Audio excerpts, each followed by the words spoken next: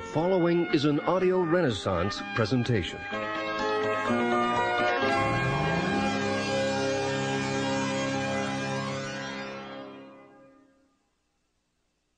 Hello, I'm Bill Hartley, president of Audio Renaissance. I'm very pleased to introduce you to this special two-cassette edition of Napoleon Hill's classic, Think and Grow Rich, co-produced by Audio Renaissance Tapes and Cassette Productions Unlimited. This unique presentation of Think and Grow Rich combines excerpts from the book read by Joe Slattery with personal anecdotes told by the author himself, Napoleon Hill.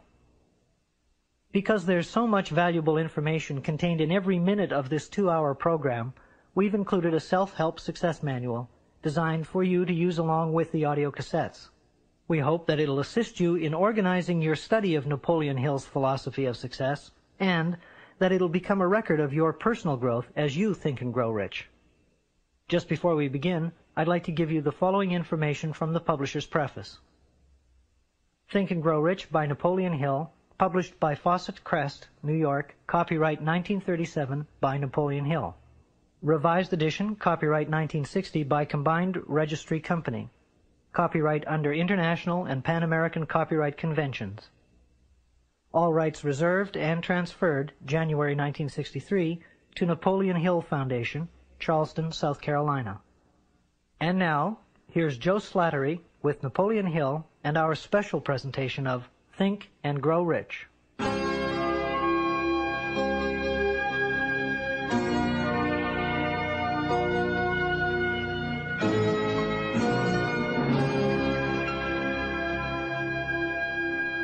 Think and Grow Rich is one of the most influential books of all time in pointing the way to personal achievement, to financial independence, and to riches of the spirit beyond measurement in money.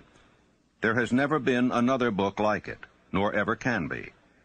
It was inspired by Andrew Carnegie, who disclosed his formula of personal achievement to the author, Napoleon Hill, many years ago. Carnegie not only made himself a multimillionaire, but he made millionaires of more than a score of men to whom he taught his secret. Another 500 wealthy men revealed the source of their riches to Napoleon Hill, who has spent a lifetime of research in bringing their message to people in all walks of life who are willing to give their thoughts, ideas, and organized plans in return for riches. The riches within your grasp cannot always be measured in money. There are great riches in lasting friendships, harmonious family relationships, sympathy and understanding between business associates, an inner harmony which brings peace of mind measurable only in spiritual values. The philosophy of Think and Grow Rich will prepare you to attract and enjoy these higher estates which always have been and always will be denied to all except those who are ready for them. Everyone desires to be rich, but not everyone knows what constitutes enduring riches. And most people believe riches to consist only in material things that money can buy. Now here is a list of the 12 things which constitute real riches. Number 1, a positive mental attitude. Observe that it heads the list. And second, sound physical health. And third, harmony in human relations. And fourth, freedom from fear. And fifth, the hope of future achievement. And sixth, the capacity for applied faith. And 7, willingness to share one's blessings with others. 8, to be engaged in a labor of love. 9, an open mind on all subjects toward all people. 10, complete self-discipline. 11, wisdom with which to understand people. And 12, financial security. Observe, if you will, with great benefit, the fact that money comes at the end of the list of the 12 things that make men rich. Be prepared when you begin to put the philosophy of Think and Grow Rich into action for a changed life which will not only ease the trials and stresses of living, but will also prepare you for the accumulation of material riches in abundance. In every chapter of this book, mention has been made of the money-making secret which has made fortunes for hundreds of exceedingly wealthy men whom I have carefully analyzed over a long period of years. If you are ready to put it to use, you will recognize this secret at least once in every chapter. I wish I might feel privileged to tell you how you will know if you are ready, but that would deprive you of much of the benefit you will receive when you make the discovery in your own way. As a final word of preparation, before you begin the first chapter, may I offer one brief suggestion which may provide a clue by which the Carnegie secret may be recognized. It is this: all achievement, all earned riches have their beginning in an idea. If you are ready for the secret, you already possess one half of it. Therefore, you will readily recognize the other half the moment it reaches your mind. When you begin to think and grow rich, you will observe that riches begin with a state of mind, with definiteness of purpose, with little or no hard work. You and every other person ought to be interested in knowing how to acquire that state of mind which will attract riches. I spent 25 years in research because I, too, wanted to know how wealthy men became that way. My brother and I had matriculated at Georgetown University Law School intending to become lawyers. We didn't have any money, but I did have the ability to write, and I promised that I would write stories about successful men, sell them to the magazines, and pay our way through. And my first assignment, fortunately, was with Andrew Carnegie in Pittsburgh. He gave me 3 hours. And when the 3 hours were over, he said, now, this interview is just beginning. Come on out the house, stay all night, and after dinner we'll take up the interview again. He kept me there 3 days and nights. And believe you me, I was more than flattered. I wondered what it was all about. He kept talking to me about the need for a new philosophy. He said, we've had many philosophies from the days of Socrates and Plato on down to the days of William James and Emerson, but most of them dealt with the moral laws of life. What we need is an economic philosophy for the man of the streets that will enable him to make use of the know-how gained by men like myself over a lifetime of experience. Well, it sounded very nice to me, except for one thing. I didn't know exactly what that word philosophy meant. And finally, at the end of the third day, he said, now look here, I have been talking to you for 3 days about the need for a new philosophy, and I'm going to ask you a question about it. If I commission you to become the author of this philosophy, give you letters of introduction to men whose experiences you will need in collaboration with yourself, are you willing to put in 20 years of research, because that's how long it will take, paying your own way as you go along without any subsidy from me, yes or no? Ladies and gentlemen, there have been many times in my life when I have faced difficult problems and difficult decisions. I don't think I ever faced one more embarrassing than that. Because when Mr. Carnegie put that proposition to me, my hand was down in my pocket, and I was fiddling with the money that I had there just about enough to get back to Washington, and if I had to stay at a hotel instead of Mr. Carnegie's house, I wouldn't have had that much. I didn't even know the meaning of the word philosophy. And here the richest man in the world wanted me to go to work for him for 20 years without pay. Wasn't that a situation for you? I started to tell Mr. Carnegie, I started to do just exactly what you or the most of us people would have done under the same circumstances. And what do you think that was? What would you have done if you would have faced that sort of proposition, going to work for 20 years without any pay for the richest man in the world? Well, yes, that's what I was about to do. But something inside of me wouldn't let me open my mouth until I got a hunch that if Mr. Carnegie had kept me there for 3 days, it must have been for a purpose. That he must have seen something in me that I didn't know was there. Also, that a man with Mr. Carnegie's reputation for picking men certainly didn't pick me to do a job like that unless he knew I had the ability to do it. And whatever this something was, this silent, invisible person that was standing, looking over my shoulder and whispering in my ear, said, go ahead and tell him yes.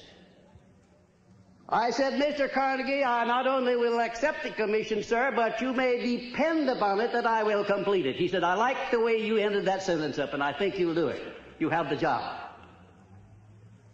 The only contribution Mr. Carnegie ever made to me outside of introducing me where I needed to be introduced was to pay my expenses in the early part of my relationship with him. The first man he sent me to see was Henry Ford. He said, I want you to go up to Detroit, become acquainted with Henry Ford, observe him carefully, because one of these days he's going to dominate the motor industry. and it's going to be second only to the steel industry. This was in 1908, the late fall of 1908, ladies and gentlemen.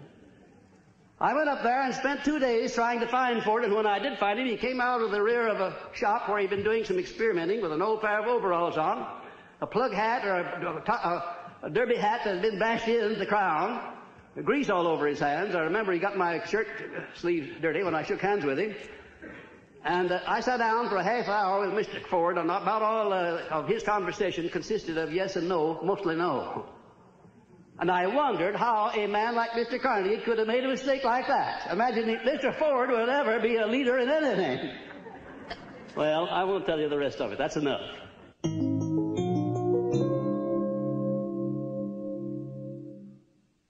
Desire. The starting point of all achievement. The first step toward riches. A long while ago, a great warrior faced a situation which made it necessary for him to make a decision which ensured his success on the battlefield. He was about to send his armies against a powerful foe, whose men outnumbered his own. He loaded his soldiers into boats, sailed to the enemy's country, unloaded soldiers and equipment, then gave the order to burn the ships that had carried them. Addressing his men before the first battle, he said, "You see the boats going up in smoke. That means that we cannot leave these shores alive unless we win. We now have no choice. We win or we perish." They won. Every person who wins in an undertaking must be willing to burn his ships and cut all sources of retreat. Only by so doing can one be sure of maintaining that state of mind known as a burning desire to win, essential to success. Every human being who reaches the age of understanding of the purpose of money wishes for it. Wishing will not bring riches, but desiring riches with a state of mind that becomes an obsession, then planning definite ways and means to acquire riches, and backing those plans with persistence which does not recognize failure, will bring riches. 6 ways to turn desires into gold. The method by which desire for riches can be transmuted into its financial equivalent consists of 6 definite practical steps. That is, first, fix in your mind the exact amount of money you desire. It is not sufficient merely to say, "I want plenty of money." Be definite as to the amount. There is a psychological reason for definiteness, which will be described in a subsequent chapter. Second, determine exactly what you intend to give in return for the money you desire. There is no such reality as something for nothing. Third, establish a definite date when you intend to possess the money you desire. Fourth, create a definite plan for carrying out your desire, and begin at once, whether you are ready or not, to put this plan into action. Fifth, write out a clear, concise statement of the amount of money you intend to acquire, name the time limit for its acquisition, state what you intend to give in return for the money, and describe clearly the plan through which you intend to accumulate it. Sixth, read your written statement aloud twice daily, once just before retiring at night and once after arising in the morning. As you read, see and feel and believe yourself already in possession of the money. It is important that you follow the instructions described in these 6 steps. It is especially important that you observe and follow the instructions in the 6th paragraph. You may complain that it's impossible for you to see yourself in possession of money before you actually have it. Here is where a burning desire will come to your aid. If you truly desire money so keenly that your desire is an obsession, you will have no difficulty in convincing yourself that you will acquire it. The object is to want money and to become so determined to have it that you convince yourself you will have it. Can you imagine yourself a millionaire? To the uninitiated, who has not been schooled in the working principles of the human mind, these instructions may appear impractical.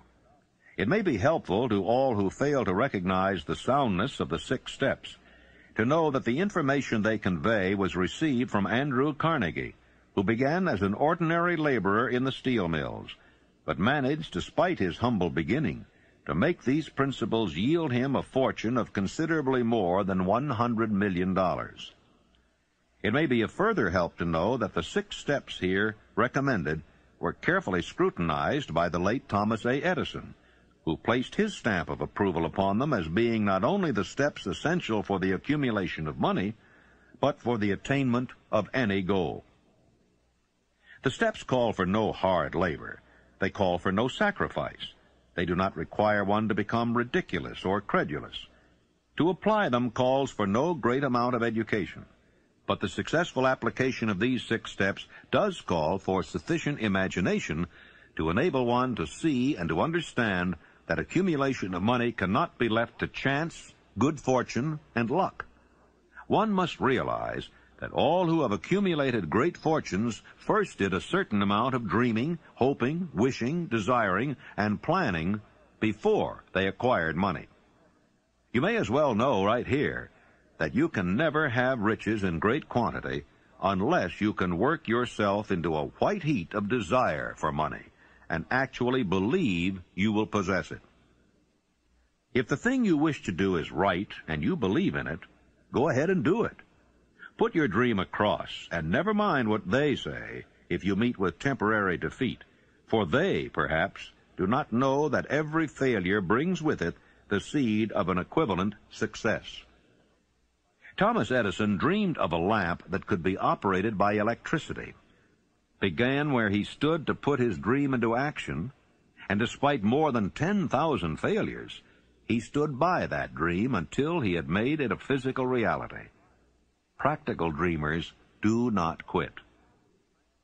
Imagine a man, for instance, standing by through 10,000 different failures, as Mr. Edison did, before giving up. His personal initiative was so definite that he told me that if he hadn't found the secret of the incandescent electric lamp, that at that very moment he would be in the laboratory working on it instead of being out there wasting his time talking with me. And then in a more serious note, Mr. Edison said, you know, I had to succeed because I finally ran out of things that wouldn't work. And I've thought of that so many times, wondering why more people don't keep on keeping on until they run out of things that won't work, for then they're bound to find the thing that will work. There is a difference between wishing for a thing and being ready to receive it.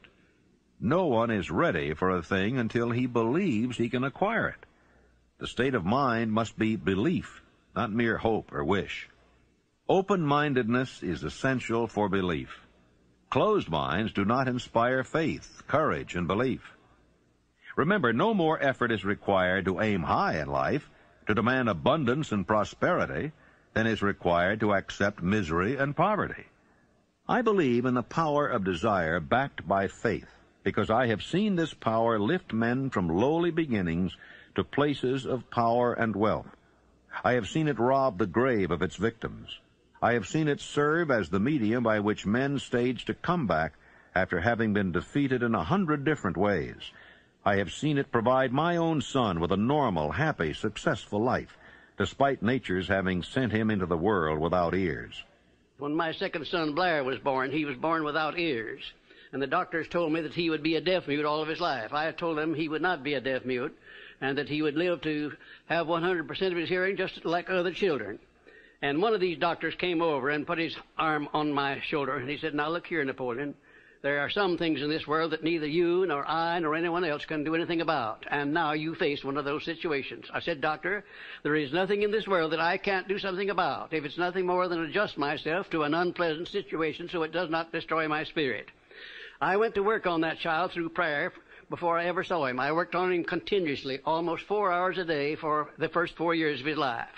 And at the age of about 18 months, we recognized that he was beginning to hear. We didn't know just how much. But by the time he had reached the 4th year, he had developed 65% of his normal hearing.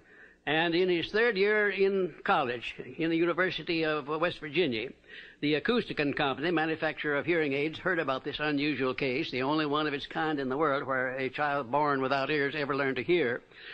Came down to the University of West Virginia and made him a special hearing aid that gave him the other 35% of his hearing, and Blair today has 100% of his hearing just exactly like I said he would. It's almost one of the modern miracles of medical science that this thing happened, and the doctors today don't know exactly how it did happen. I'm not so sure that I did, but I know what I was doing to help bring it about.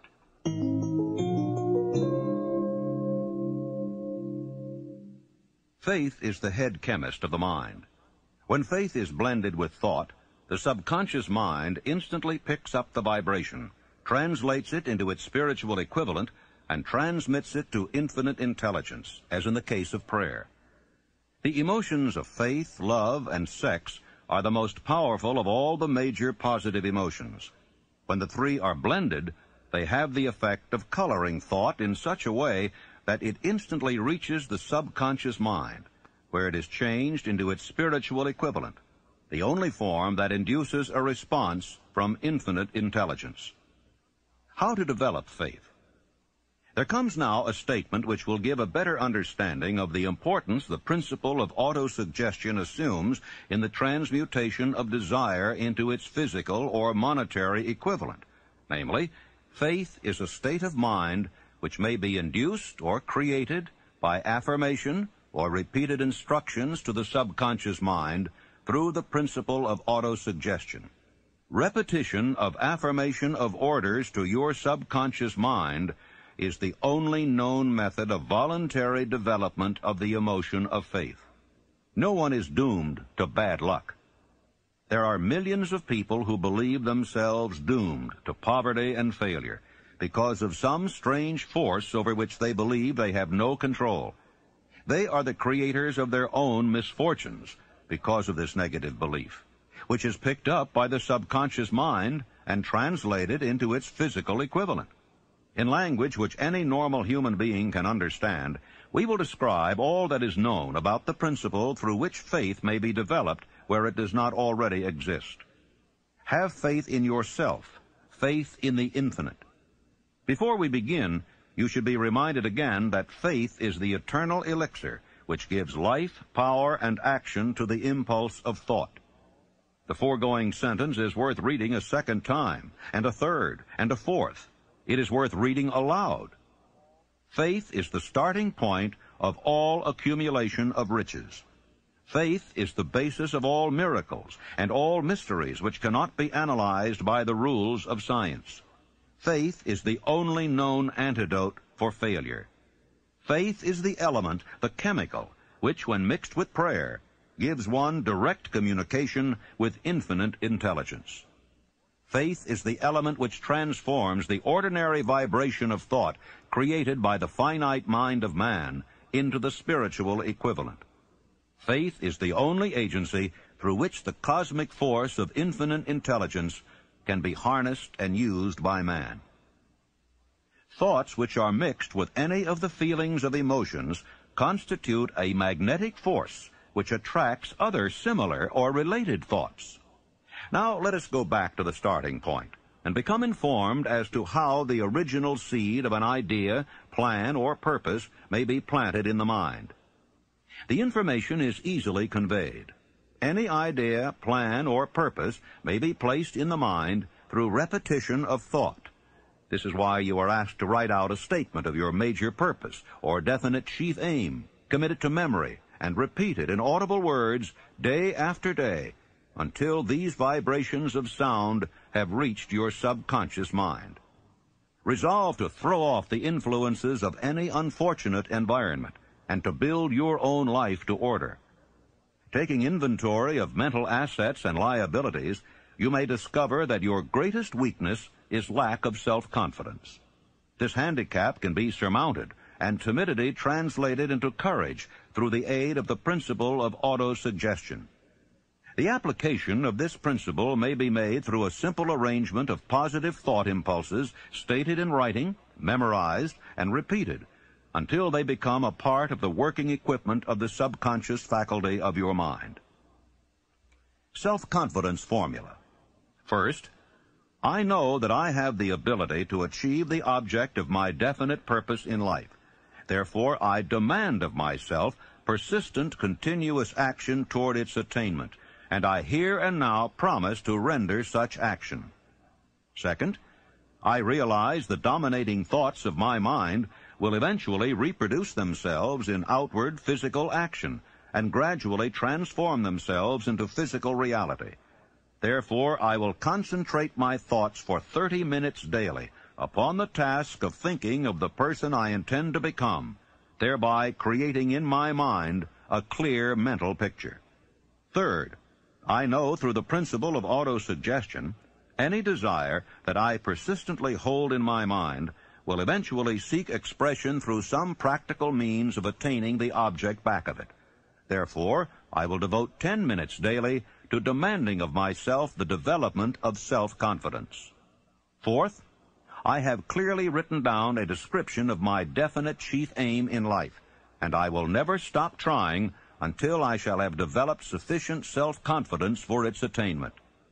Fifth, I fully realize that no wealth or position can long endure unless built upon truth and justice. Therefore, I will engage in no transaction which does not benefit all whom it affects. I will succeed by attracting to myself the forces I wish to use and the cooperation of other people. I will induce others to serve me because of my willingness to serve others. I will eliminate hatred, envy, jealousy, selfishness, and cynicism by developing love for all humanity, because I know that a negative attitude toward others can never bring me success. I will cause others to believe in me because I will believe in them and in myself. I will sign my name to this formula, commit it to memory, and repeat it aloud once a day, with full faith that it will gradually influence my thoughts and actions so that I will become a self-reliant and successful person.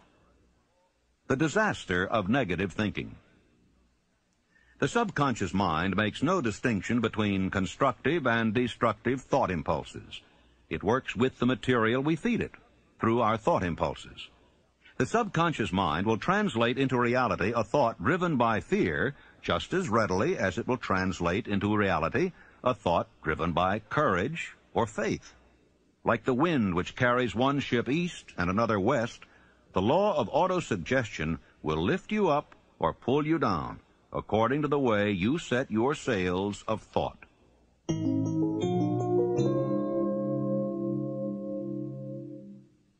Autosuggestion, the medium for influencing the subconscious mind, the third step toward riches. Autosuggestion is a term which applies to all suggestions and all self-administered stimuli which reach one's mind through the five senses. Stated in another way, autosuggestion is self-suggestion. It is the agency of communication between that part of the mind where conscious thought takes place, and that which serves as the seat of action for the subconscious mind. See and feel money in your hands. You were instructed in the last of the 6 steps described in the chapter on desire to read aloud twice daily the written statement of your desire for money, and to see and feel yourself in possession of the money. By following these instructions, you communicate the object of your desire directly to your subconscious mind in a spirit of absolute faith. Through repetition of this procedure, you voluntarily create thought habits which are favorable to your efforts to transmute desire into its monetary equivalent. Remember, therefore, when reading aloud the statement of your desire, through which you are endeavoring to develop a money consciousness, that the mere reading of the words is of no consequence unless you mix emotion or feeling with your words. Your subconscious mind recognizes and acts only upon thoughts which have been well mixed with emotion or feeling.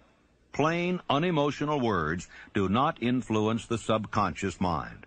You will get no appreciable results until you learn to reach your subconscious mind with thoughts or spoken words which have been well emotionalized with belief.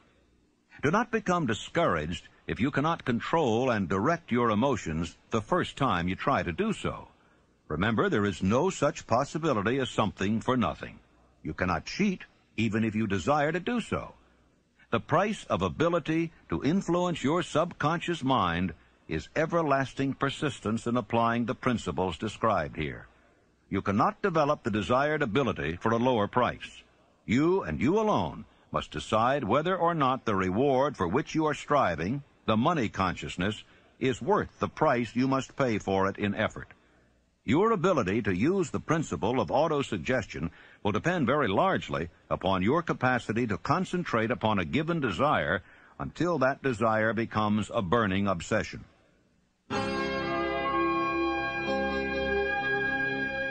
Please fast forward to the end and turn the tape over for proper cueing of side 2.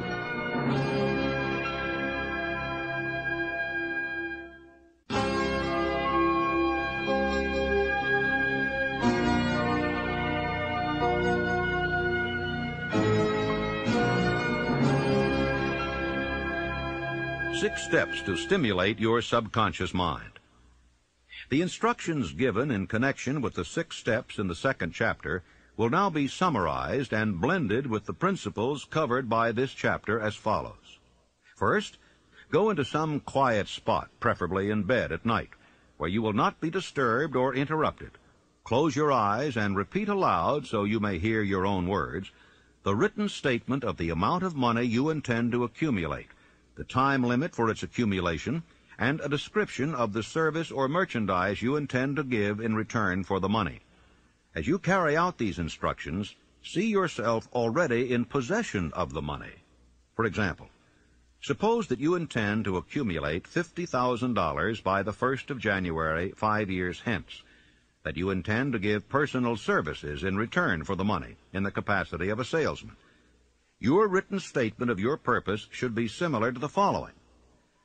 By the 1st day of January 19 so-and-so, I will have in my possession $50,000, which will come to me in various amounts from time to time during the interim. In return for this money, I will give the most efficient service of which I am capable, rendering the fullest possible quantity and the best possible quality of service in the capacity of salesman of, and here describe the service or merchandise you intend to sell. I believe that I will have this money in my possession. My faith is so strong that I can now see this money before my eyes. I can touch it with my hands. It is now awaiting transfer to me at the time and in the proportion that I deliver the service I intend to render in return for it. I am awaiting a plan by which to accumulate this money, and I will follow that plan when it is received. Second, repeat this program night and morning until you can see in your imagination the money you intend to accumulate. Third, place a written copy of your statement where you can see it night and morning, and read it just before retiring and upon arising until it has been memorized. Remember, as you carry out these instructions, that you are applying the principle of autosuggestion for the purpose of giving orders to your subconscious mind. Remember also that your subconscious mind will act only upon instructions which are emotionalized and handed over to it with feeling. Faith is the strongest and most productive of the emotions. Follow the instructions given in the chapter on faith. These instructions may at first seem abstract. Do not let this disturb you. Follow the instructions, no matter how abstract or impractical they may at first appear to be. The time will soon come, if you do as you've been instructed, in spirit as well as in act, when a whole new universe of power will unfold to you.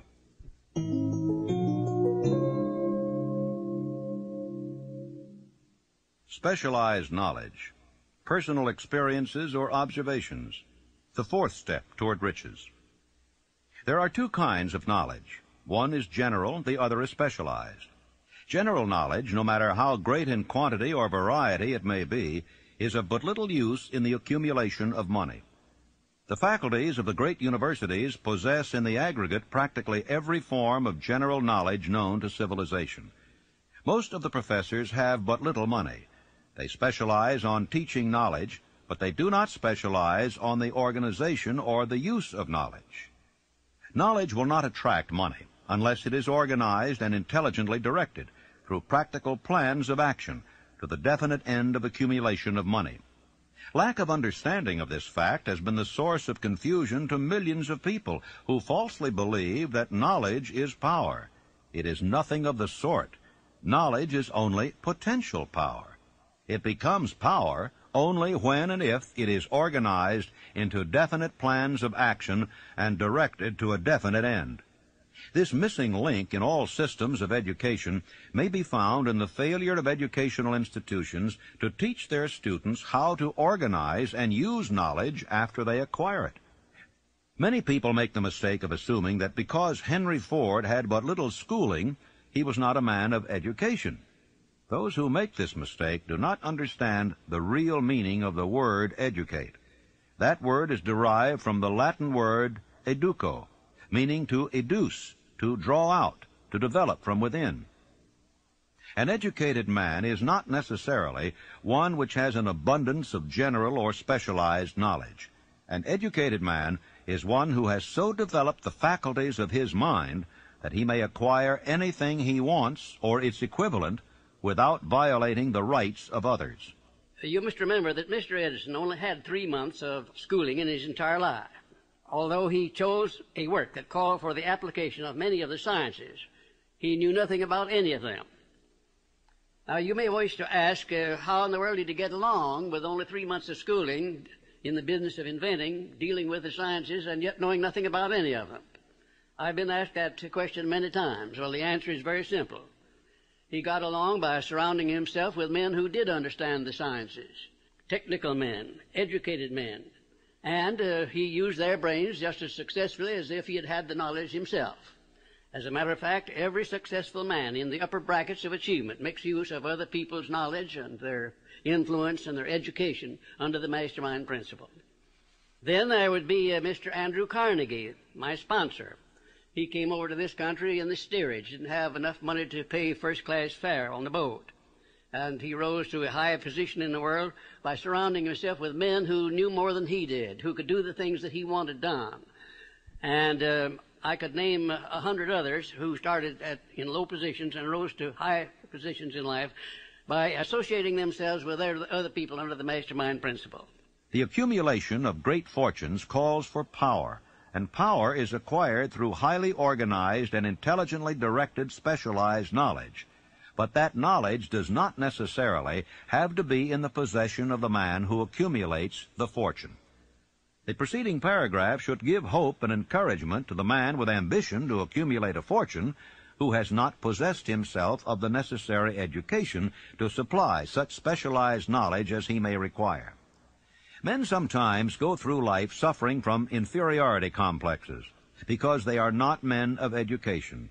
The man who can organize and direct a mastermind group of men who possess knowledge useful in the accumulation of money is just as much a man of education as any man in the group. Back of all ideas is specialized knowledge. Unfortunately, for those who do not find riches in abundance, specialized knowledge is more abundant and more easily acquired than ideas. Because of this very truth, there is a universal demand and an ever-increasing opportunity for the person capable of helping men and women to sell their personal services advantageously. Capability means imagination, the one quality needed to combine specialized knowledge with ideas in the form of organized plans designed to yield riches. If you have imagination, this chapter may present you with an idea sufficient to serve as the beginning of the riches you desire. Remember, the idea is the main thing. Specialized knowledge may be found just around the corner. Any corner.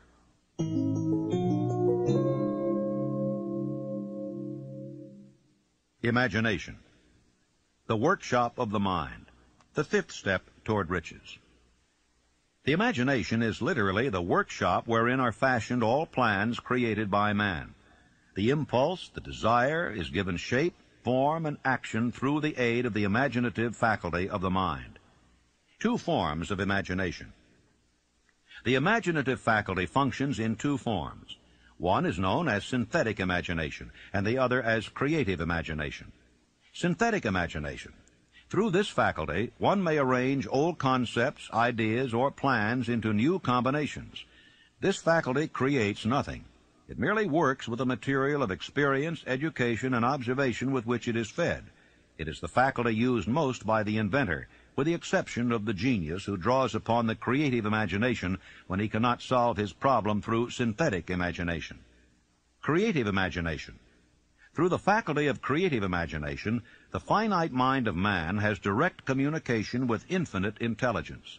It is the faculty through which hunches and inspirations are received. It is by this faculty that all basic or new ideas are handed over to man. It is through this faculty that one individual may tune in or communicate with the subconscious minds of other men. Center your attention for the time being on the development of the synthetic imagination, because this is the faculty which you will use more often in the process of converting desire into money. Transformation of the intangible impulse of desire into the tangible reality of money calls for the use of a plan or plans.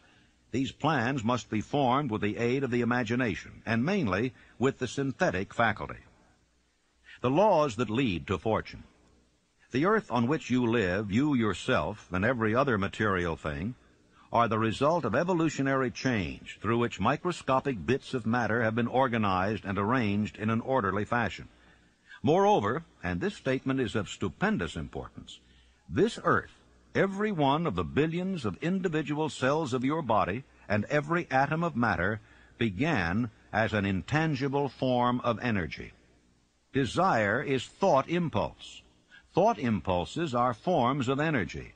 When you begin with a thought impulse, desire to accumulate money, you are drafting into your service the same stuff that nature used in creating this earth and every material form in the universe, including the body and brain in which the thought impulses function.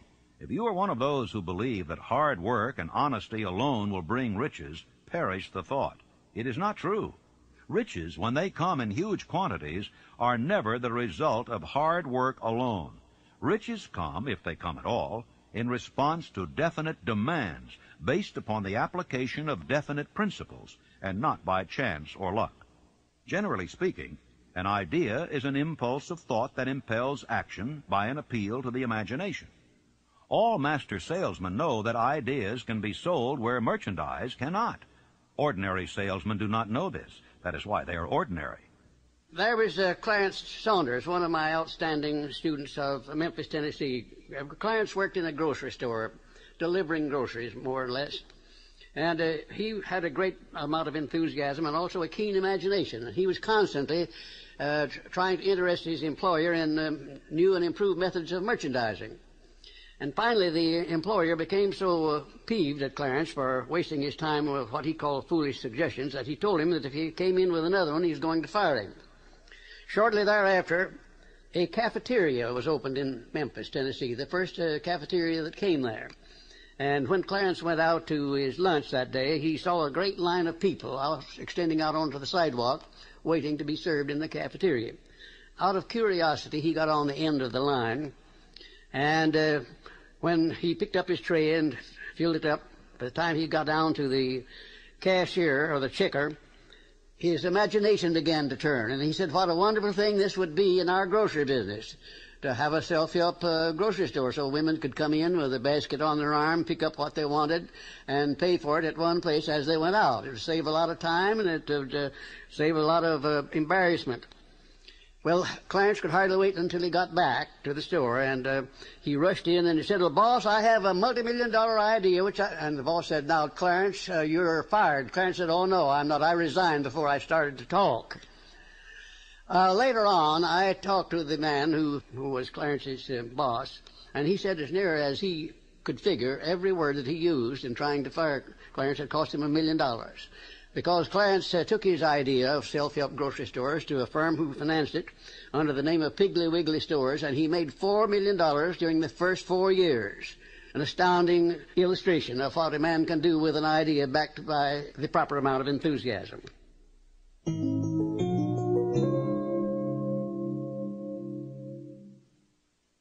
Organized planning, the crystallization of desire into action, the sixth step toward riches. You have learned that everything man creates or acquires begins in the form of desire. That desire is taken on the first lap of its journey from the abstract to the concrete into the workshop of the imagination, where plans for its transition are created and organized. You will now be instructed how to build plans which will be practical, namely, A, Ally yourself with a group of as many people as you may need for the creation and carrying out of your plan or plans for the accumulation of money, making use of the mastermind principle described in a later chapter. Compliance with this instruction is absolutely essential. Do not neglect it. B. Before forming your mastermind alliance, decide what advantages and benefits you may offer the individual members of your group in return for their cooperation. No one will work indefinitely without some form of compensation.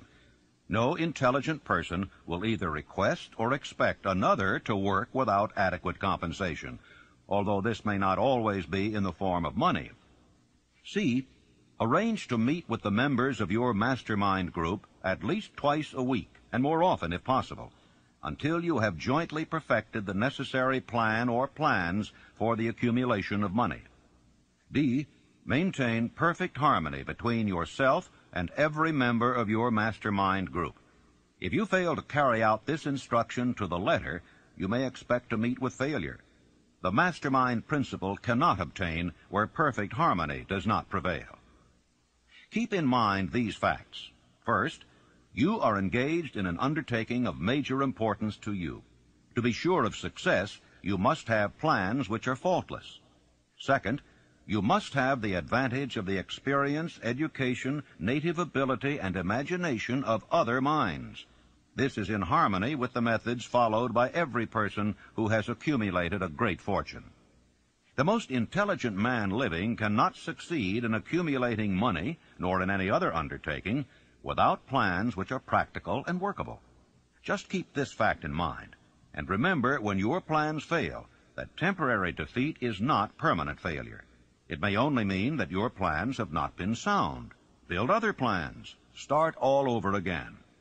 No follower of this philosophy can reasonably expect to accumulate a fortune without experiencing temporary defeat. When defeat comes, accept it as a signal that your plans are not sound. Rebuild those plans and set sail once more toward your coveted goal. If you give up before your goal has been reached, you are a quitter.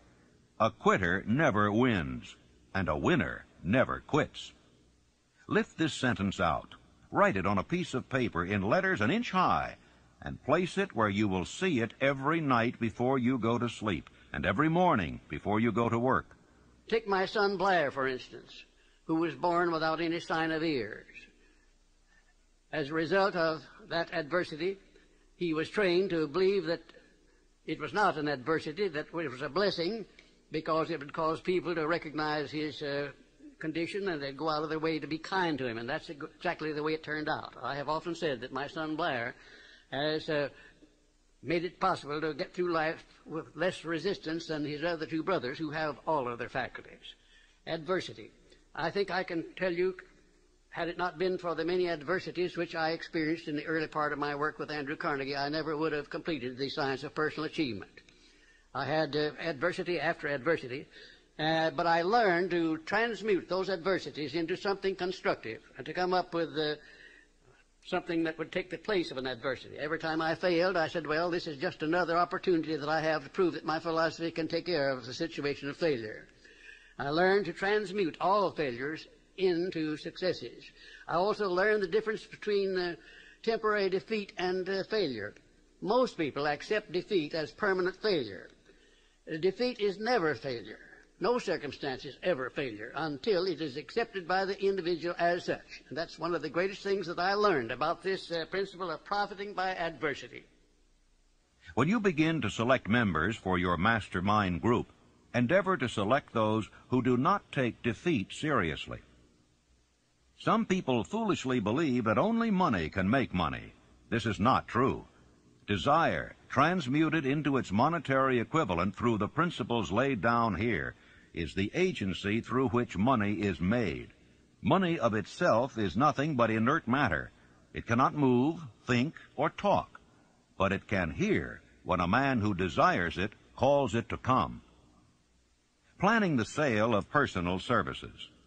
Intelligent planning is essential for success in any undertaking designed to accumulate riches. Here will be found detailed instructions to those who must begin the accumulation of riches by selling personal services. It should be encouraging to know that practically all the great fortunes began in the form of compensation for personal services, or from the sale of ideas. What else except ideas and personal services would one not possessed of property have to give in return for riches? The major attributes of leadership. The following are important factors of leadership. 1. Unwavering courage based upon knowledge of self and of one's occupation. No follower wishes to be dominated by a leader who lacks self-confidence and courage. No intelligent follower will be dominated by such a leader very long. 2. Self-control. The man who cannot control himself can never control others. Self-control sets a mighty example for one's followers, which the more intelligent will emulate. 3. A keen sense of justice. Without a sense of fairness and justice, no leader can command and retain the respect of his followers. 4. Definiteness of decision. The man who wavers in his decisions shows that he is not sure of himself, cannot lead others successfully. 5. Definiteness of plans. The successful leader must plan his work and work his plan. A leader who moves by guesswork without practical, definite plans is comparable to a ship without a rudder. Sooner or later he will land on the rocks. 6. The habit of doing more than paid for. One of the penalties of leadership is the necessity of willingness upon the part of the leader to do more than he requires of his followers. 7. A pleasing personality. No slovenly, careless person can become a successful leader. Leadership calls for respect. Followers will not respect a leader who does not grade high on all of the factors of a pleasing personality. 8. Sympathy and understanding. The successful leader must be in sympathy with his followers. Moreover, he must understand them and their problems. 9. Mastery of detail. Successful leadership calls for mastery of the details of the leader's position. 10. Willingness to assume full responsibility. The successful leader must be willing to assume responsibility for the mistakes and the shortcomings of his followers. If he tries to shift this responsibility, he will not remain the leader. If one of his followers makes a mistake and shows himself incompetent, the leader must consider that it is he who failed. 11. Cooperation. The successful leader must understand and apply the principles of cooperative effort and be able to induce his followers to do the same. Leadership calls for power, and power calls for cooperation. How to get the exact position you desire. Everyone enjoys doing the kind of work for which he is best suited. An artist loves to work with paints, a craftsman with his hands, a writer loves to write. Those with less definite talents have their preferences for certain fields of business and industry. If America does anything well, it offers a full range of occupations: tilling the soil, manufacturing, marketing, and the professions. First, decide exactly what kind of job you want. If the job doesn't already exist, perhaps you can create it. Second, choose the company or individual for whom you wish to work. Third, study your prospective employer as to policies, personnels, chances of advancement. Fourth, by analysis of yourself and your talents and capabilities, figure what you can offer and plan ways and means of giving advantages, services, developments, ideas that you believe you can successfully deliver. Fifth, forget about a job. Forget whether or not there is an opening. Forget the usual routine of, have you got a job for me? Concentrate on what you can give. Sixth, once you have your plan in mind, arrange with an experienced writer to put it on paper in neat form and in full detail. Seventh, present it to the proper person with authority, and he will do the rest. Every company is looking for men who can give something of value, whether it be ideas, services, or connections. Every company has room for the man who has a definite plan of action which is to the advantage of that company.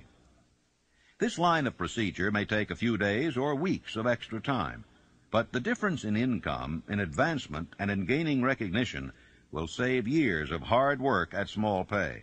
It has many advantages, the main one being that it will often save from 1 to 5 years of time in reaching a chosen goal.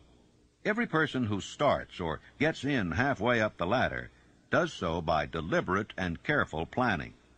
For instance, back in the early days when I wanted to get a job from a certain firm while I was going to high school, here's the way I went about it.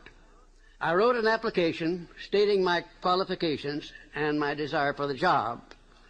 The answer came back, no, too sorry, no position open. Next, I sent a telegram. Answer was still no. Next, I sent a special delivery letter every day for a week. Answer was still no. Next, I sent a special delivery every hour for 2 days. And the firm telegraphed me to come and go to work. Every person must be his own salesman of personal services. The quality and the quantity of service rendered, and the spirit in which it is rendered, determine to a large extent the price and the duration of employment. To market personal services effectively, which means a permanent market at a satisfactory price under pleasant conditions, one must adopt and follow the QQS formula, which means that quality plus quantity plus the proper spirit of cooperation equals perfect salesmanship of service. Remember the QQS formula, but do more. Apply it as a habit. Let us analyze the formula to make sure we understand exactly what it means. 1. Quality of service shall be construed to mean the performance of every detail in connection with your position in the most efficient manner possible, with the object of greater efficiency always in mind. 2. Quantity of service shall be understood to mean the habit of rendering all the service of which you are capable at all times with the purpose of increasing the amount of service rendered as greater skill is developed through practice and experience. Emphasis is again placed on the word habit. 3. Spirit of service shall be construed to mean the habit of agreeable, harmonious conduct which will induce cooperation from associates and fellow employees. Well, let me relate my experience with Franklin D. Roosevelt in the White House in 1933, and will give you a fine indication of how the students of this philosophy may profit by this important principle. First of all, let me define the principle of going the extra mile. It means rendering more service and better service than you are paid to render, and doing it all the time, and doing it in a pleasing, positive mental attitude. When I went to work for the President in 1933, nothing was said at the beginning about how much I was to receive or who was to pay it. And I had been there about 3 months when one day Franklin D. Roosevelt asked me who was paying my salary and how much I was getting, and I said, well, Mr. President, that's something I would like to know myself. I haven't heard anything about it. And we talked on for a little while, and I said, well, now, Mr. President, you know, I have been serving you ever since you were Assistant Secretary of the Navy, and particularly while you were Governor of New York. And you will recall, of course, that up to this time I have never rendered you a bill or asked you to pay me $1 for my services, and I'm not going to start now. But if you insist upon it, suppose you put me on the payroll at $1 a year. And that's exactly what he did. Well, I took my typewriter down to the White House, and when I wasn't actually serving the President or some member of his staff or cabinet, I started writing books. I wrote 6 books that first year, among them Think and Grow Rich, the book that has made me popular all over the world, you might say. I had no intention of publishing that book when I was writing it. I was writing it to myself to keep my mind positive in those days of chaos. Well, some 3 years after I left the service of the President, I got out these manuscripts and read them, and I made up my mind that the only one worth publishing was Think and Grow Rich. And when I took it to my publisher, he said, well, what is in this book that leads you to believe it would sell? I said, you will have to read it to find out. He took it home with him and read it. He had his whole staff read it paragraph by paragraph, and then they took a vote on it, and they voted unanimously that it was the best manuscript that ever came to that publishing house. They printed it, put it to work, and it's been selling as a bestseller all over the world up to this time.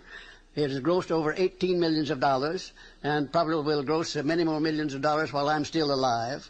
It's been translated into many languages. It was endorsed by Mahatma Gandhi and distributed widely throughout India. It went from there to Brazil, where it was translated into the Portuguese language and is widely distributed throughout Latin America. And I think if you will stop and consider the wages that I asked, the wages that I received of $1 a year, and the service that I gave for that, you'll recognize what can be accomplished by going the extra mile. Now, let me give you some of the benefits that comes from going the extra mile. Well, it places the law of increasing returns squarely back of one. It brings one to the favorable attention of those who can and do provide opportunities for self-promotion. It tends to permit one to become indispensable in many different human relationships, and therefore enables one to command more than average compensation. It leads to a mental growth and physical perfection in various forms of service, thereby developing greater ability and skill in one's chosen vocation. It protects one against the loss of employment and places one in a position to choose his own job and working conditions. It enables one to profit by the law of contrast, because the majority of people do not practice the habit of going the extra mile. As a matter of fact, the majority of people don't even go the first mile. And it leads to the development of a positive, pleasing personal attitude, which is among the more important traits of a pleasing personality. And it tends to develop a keen, alert imagination, as it is a habit which keeps one continuously seeking new and more efficient ways of rendering service. It definitely serves to develop self-reliance. It serves also to build the confidence of others in one's integrity. And it is the only logical reason to justify one in asking for a promotion or for more wages, because if a man is not doing any more than he's paid for, then obviously he has no right to ask for more pay.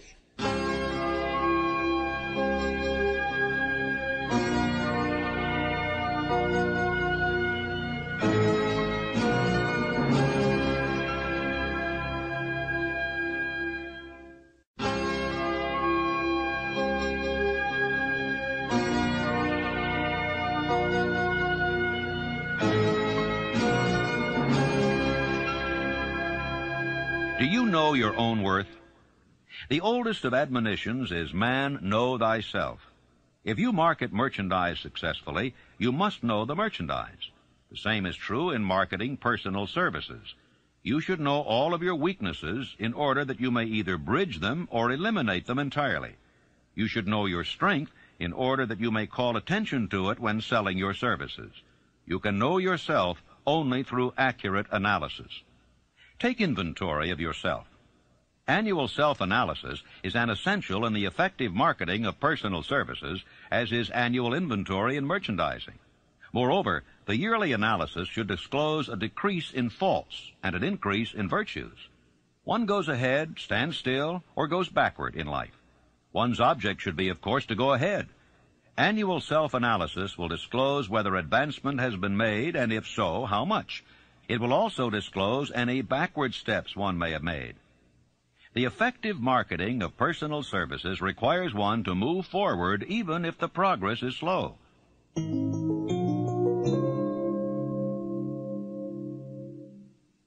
Decision. The mastery of procrastination. The seventh step toward riches. Analysis of over 25,000 men and women who had experienced failure disclosed the fact that lack of decision was near the head of the list of the 31 major causes of failure. Procrastination, the opposite of decision, is a common enemy which practically every man must conquer. Analysis of several hundred people who had accumulated fortunes well beyond the $1 million mark disclosed the fact that every one of them had the habit of reaching decisions promptly and of changing these decisions slowly if and when they were changed. People who fail to accumulate money, without exception, have the habit of reaching decisions, if at all, very slowly, and of changing these decisions quickly and often. Tips on making your own decisions. The majority of people who fail to accumulate money sufficient for their needs are generally easily influenced by the opinions of others. They permit the newspapers and the gossiping neighbors to do their thinking for them. Opinions are the cheapest commodities on earth. Everyone has a flock of opinions ready to be wished upon anyone who will accept them. Close friends and relatives, while not meaning to do so, often handicap one through opinions, and sometimes through ridicule, which is meant to be humorous. Thousands of men and women carry inferiority complexes with them all through life, because some well-meaning but ignorant person destroyed their confidence through opinions or ridicule. You have a brain and a mind of your own. Use it, and reach your own decisions. If you need facts or information from other people to enable you to reach decisions, as you probably will in many instances, acquire these facts or secure the information you need quietly without disclosing your purpose. 56 who risked the gallows. The greatest decision of all time, as far as any American citizen is concerned, was reached in Philadelphia, July 4th, 1776, when 56 men signed their names to a document which they well knew would bring freedom to all Americans or leave every one of the 56 hanging from a gallows. You have heard of this famous document, but you may not have drawn from it the great lesson in personal achievement it so plainly taught. We all remember the date of this momentous decision, but few of us realize what courage that decision required. We remember our history as it was taught. We remember dates and the names of the men who fought. We remember Valley Forge and Yorktown. We remember George Washington and Lord Cornwallis. But we know little of the real forces back of these names, dates, and places. We know still less of that intangible power which ensured us freedom long before Washington's armies reached Yorktown. It is nothing short of tragedy that the writers of history have missed entirely even the slightest reference to the irresistible power which gave birth and freedom to the nation destined to set up new standards of independence for all the peoples of the earth. I say it as a tragedy because it is the selfsame power which must be used by every individual who surmounts the difficulties of life and forces life to pay the price asked. Analyze the events which led to the Declaration of Independence, and be convinced that this nation, which now holds a position of commanding respect and power among all nations of the world, was born of a decision created by a mastermind consisting of 56 men. Note well the fact that it was their decision which ensured the success of Washington's armies, because the spirit of that decision was in the heart of every soldier who fought with him, and served as a spiritual power which recognizes no such thing as failure. Note also, with great personal benefit, that the power which gave this nation its freedom is the self-same power that must be used by every individual who becomes self-determining. This power is made up of the principles described in this book. It will not be difficult to detect in the story of the Declaration of Independence at least 6 of these principles: desire, decision, faith, persistence, the mastermind, and organized planning. Know what you want, and you'll generally get it. Throughout this philosophy will be found the suggestion that thought, backed by strong desire, has a tendency to transmute itself into its physical equivalent. In your search for the secret of the method, do not look for a miracle, because you will not find it. You will find only the eternal laws of nature. These laws are available to every person who has the faith and the courage to use them. They may be used to bring freedom to a nation, or to accumulate riches. Definiteness of decision always requires courage, sometimes very great courage. The 56 men who signed the Declaration of Independence staked their lives on the decision to affix their signatures to that document. The person who reaches a definite decision to procure the particular job and make life pay the price he asks does not stake his life on that decision. He stakes his economic freedom. Financial independence, riches, desirable business, and professional positions are not within reach of the person who neglects or refuses to expect, plan, and demand these things. The person who desires riches in the same spirit that Samuel Adams desired freedom for the colonies is sure to accumulate wealth.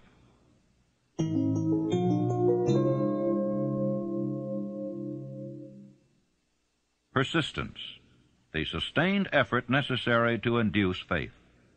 The 8th step toward riches.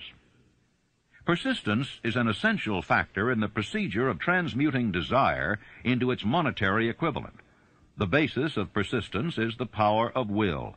Willpower and desire, when properly combined, make an irresistible pair. The starting point of all achievement is desire. Keep this constantly in mind. Weak desires bring weak results, just as a small amount of fire makes a small amount of heat. If you find yourself lacking in persistence, this weakness may be remedied by building a stronger fire under your desires.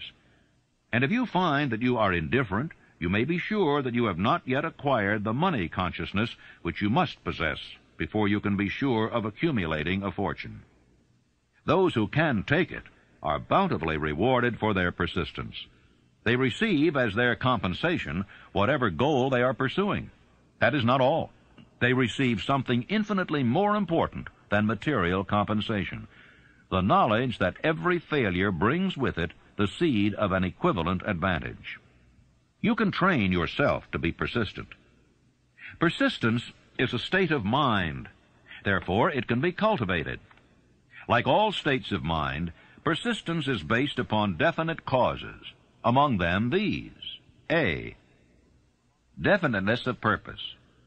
Knowing what one wants is the first and perhaps the most important step toward the development of persistence. A strong motive forces one to surmount many difficulties. B. Desire. It is comparatively easy to acquire and to maintain persistence in pursuing the object of intense desire. C. Self-reliance. Belief in one's ability to carry out a plan encourages one to follow the plan through with persistence. Self-reliance can be developed through the principle described in the chapter on autosuggestion. D. Definiteness of plans. Organized plans, even though they may be weak and entirely impractical, encourage persistence. E. Accurate knowledge. Knowing that one's plans are sound, based upon experience or observation, encourages persistence. Guessing instead of knowing destroys persistence. F. Cooperation. Sympathy, understanding, and harmonious cooperation with others tend to develop persistence. G. Willpower. The habit of concentrating one's thoughts upon the building of plans for the attainment of a definite purpose leads to persistence. H. Habit. Persistence is the direct result of habit. The mind absorbs and becomes a part of the daily experiences upon which it feeds. Fear, the worst of all enemies, can be effectively cured by forced repetition of acts of courage. Everyone who has seen active service in war knows this. Take your own persistence inventory. Before leaving the subject of persistence, take inventory of yourself and determine in what particular, if any, you are lacking in this essential quality. Measure yourself courageously, point by point, and see how many of the 8 factors of persistence you lack. The analysis may lead to discoveries that will give you a new grip on yourself. If you fear criticism, let us examine some of the symptoms of the fear of criticism. The majority of people permit relatives, friends, and the public at large to so influence them that they cannot live their own lives because they fear criticism. Huge numbers of people make mistakes in marriage, stand by the bargain, and go through life miserable and unhappy because they fear criticism, which may follow if they correct the mistake. Anyone who has submitted to this form of fear knows the irreparable damage it does by destroying one's ambition and the desire to achieve. Millions of people neglect to acquire belated educations after having left school because they fear criticism. Countless numbers of men and women, both young and old, permit relatives to wreck their lives in the name of duty because they fear criticism. Duty does not require any person to submit to the destruction of his personal ambitions and the right to live his own life in his own way. People refuse to take chances in business because they fear the criticism which may follow if they fail. The fear of criticism in such cases is stronger than the desire for success. How to develop persistence? There are 4 simple steps which lead to the habit of persistence. They call for no great amount of intelligence, no particular amount of education, and but little time or effort. The necessary steps are 1. A definite purpose backed by burning desire for its fulfillment. 2. A definite plan expressed in continuous action. 3. A mind closed tightly against all negative and discouraging influences, including negative suggestions of relatives, friends, and acquaintances. 4. A friendly alliance with one or more persons who will encourage one to follow through with both plan and purpose. These 4 steps are essential for success in all walks of life. The entire purpose of the 13 principles of this philosophy is to enable one to take these 4 steps as a matter of habit. These are the steps by which one may control one's economic destiny. They are the steps that lead to freedom and independence of thought. They are the steps that lead to riches in small or great quantities. They lead the way to power, fame, and worldly recognition. They are the 4 steps which guarantee favorable breaks. They are the steps that convert dreams into physical realities. They lead also to the mastery of fear, discouragement, and indifference. There is a magnificent reward for all who learn to take these 4 steps. It is the privilege of writing one's own ticket and of making life yield whatever price is asked. How to master difficulties. What mystical power gives to men of persistence the capacity to master difficulties? Does the quality of persistence set up in one's mind some form of spiritual, mental, or chemical activity which gives one access to supernatural forces? Does infinite intelligence throw itself on the side of the person who still fights on after the battle has been lost, with the whole world on the opposing side? You may be interested in knowing that I had the help of some 500 of the most successful men in America to help me create the science of personal achievement. Among them were such men as Thomas A. Edison, Henry Ford, John Wanamaker. Let me tell you about one man, perhaps my most outstanding student, who has made a tremendous success of his life by applying definiteness of purpose. His name is W. Clement Stone, president of the Combined Insurance Company of America. Right after Think and Grow Rich was published in 1937, someone gave Mr. Stone a copy of this book, and he was so impressed by it that he laid out a 20-year plan for himself. At that time, he was selling insurance, I suppose making $200 or $300, maybe $400 a week at the most. Now, his plan called for him to own a company of his own within 20 years, and for him to be president of it, and his personal fortune to be not less than $10 million. Well, long before the 20 years were up, he was the president and majority owner of 4 large insurance companies. His personal fortune was over $35 million, and today it is estimated that his fortune is over $100 million. And he attributes his success entirely to the application of the famous Andrew Carnegie philosophy, and particularly to the application of definiteness of purpose. His 2,000 salesmen are known to be the most successful men in the insurance field, and every one of those 2,000 men has been taught to use the science of personal achievement and to emphasize the principle of definiteness of purpose.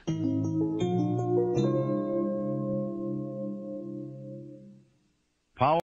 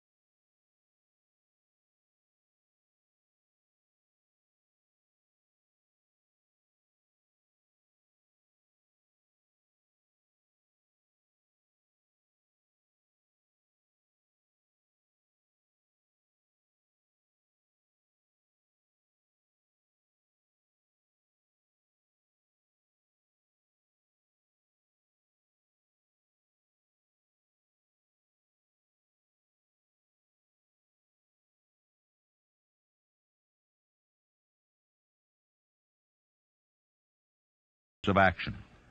Gaining power through the mastermind. The mastermind may be defined as coordination of knowledge and effort in a spirit of harmony between two or more people for the attainment of a definite purpose. No individual may have great power without availing himself of the mastermind. In a preceding chapter, instructions were given for the creation of plans for the purpose of translating desire into its monetary equivalent. If you carry out these instructions with persistence and intelligence and use discrimination in the selection of your mastermind group, your objective will have been halfway reached even before you begin to recognize it.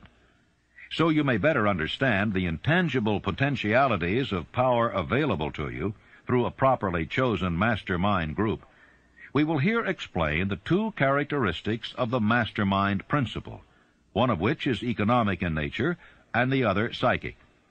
The economic feature is obvious. Economic advantages may be created by any person who surrounds himself with the advice, counsel, and personal cooperation of a group of men who are willing to lend him wholehearted aid in a spirit of perfect harmony. This form of cooperative alliance has been the basis of nearly every great fortune. Your understanding of this great truth may definitely determine your financial status. The psychic phase of the mastermind principle is much more difficult to comprehend. You may catch a significant suggestion from this statement. No two minds ever come together without thereby creating a third invisible, intangible force which may be likened to a third mind. How to multiply your brain power. Man's brain may be compared to an electric battery. It is a well-known fact that a group of electric batteries will provide more energy than a single battery. It is also a well-known fact that an individual battery will provide energy in proportion to the number and capacity of the cells it contains. The brain functions in a similar fashion. This accounts for the fact that some brains are more efficient than others, and leads to this significant statement. A group of brains, coordinated or connected in a spirit of harmony, will provide more thought energy than a single brain, just as a group of electric batteries will provide more energy than a single battery. Through this metaphor, it becomes immediately obvious that the mastermind principle holds the secret of the power wielded by men who surround themselves with other men of brains. There follows now another statement which will lead still nearer to an understanding of the psychic phase of the mastermind principle. When a group of individual brains are coordinated and function in harmony, the increased energy created through that alliance becomes available to every individual brain in the group. It is a well-known fact that Henry Ford began his business career under the handicap of poverty, illiteracy, and ignorance. It is an equally well-known fact that within the inconceivably short period of 10 years, Mr. Ford mastered these three handicaps, and that within 25 years, he made himself one of the richest men in America. Connect with this fact the additional knowledge that Mr. Ford's most rapid strides became noticeable from the time he became a personal friend of Thomas A. Edison, and you will begin to understand what the influence of one mind upon another can accomplish. Go a step farther and consider the fact that Mr. Ford's most outstanding achievements began from the time that he formed the acquaintance of Harvey Firestone, John Burroughs, and Luther Burbank, each a man of great brain capacity, and you will have further evidence that power may be produced through friendly alliance of minds. Let me tell you about my experience in helping Franklin D. Roosevelt to create a mastermind which broke the back of the Depression in 1933. Shortly after the President entered the White House, he sent for me to come and go to work for him. We created one of the most outstanding masterminds that this nation has ever known, perhaps. It consisted of both houses of Congress working in harmony with the President, something that never had been done before and never has been done since, probably to the extent that we accomplished it there in 1933. The majority of the newspaper publishers of America, regardless of their political leanings, practically every one of them got behind the President as a result of this mastermind operation which we set up at the White House. And the radio station operators without any reference whatsoever to their political leanings. They got behind the president and they used the material which I prepared to send out to go over the air. In other words, material that we use to sell the good features of the United States instead of dwelling upon the bad ones. And then the churches of all denominations. I have never seen such a job as they did. The priests and the clergymen of all denominations went into their pulpits and they did a wonderful job of selling the United States of America to the people. Then the leaders of both the major political parties, they crossed party lines. There were no Democrats and no Republicans, no anything else in Congress. They were nothing but Americans helping the President of the United States to bring this country out of chaos. And then most of all, there was a majority of the American people of all political and religious leanings. I have never seen the people of the United States get behind a president so squarely as they did behind FDR in those perilous days of 1933. Now, here was a mastermind alliance that served a great purpose at a time of need. And I hope to see the time come when I may contribute my services in building a mastermind alliance that will permanently serve the President of the United States as it did in 1933.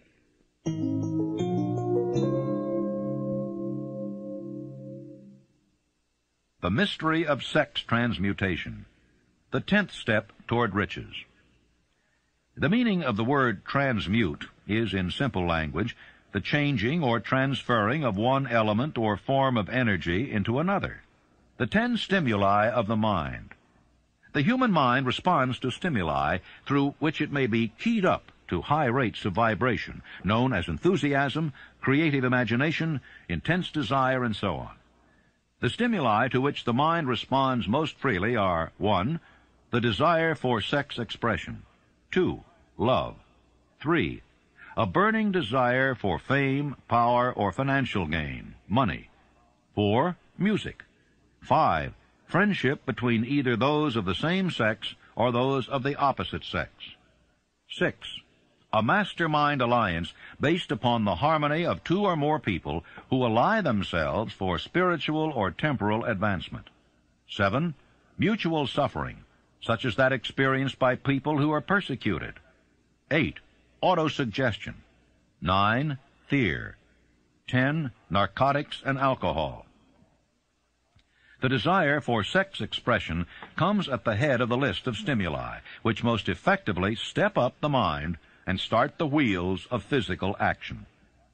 8 of these stimuli are natural and constructive. 2 are destructive.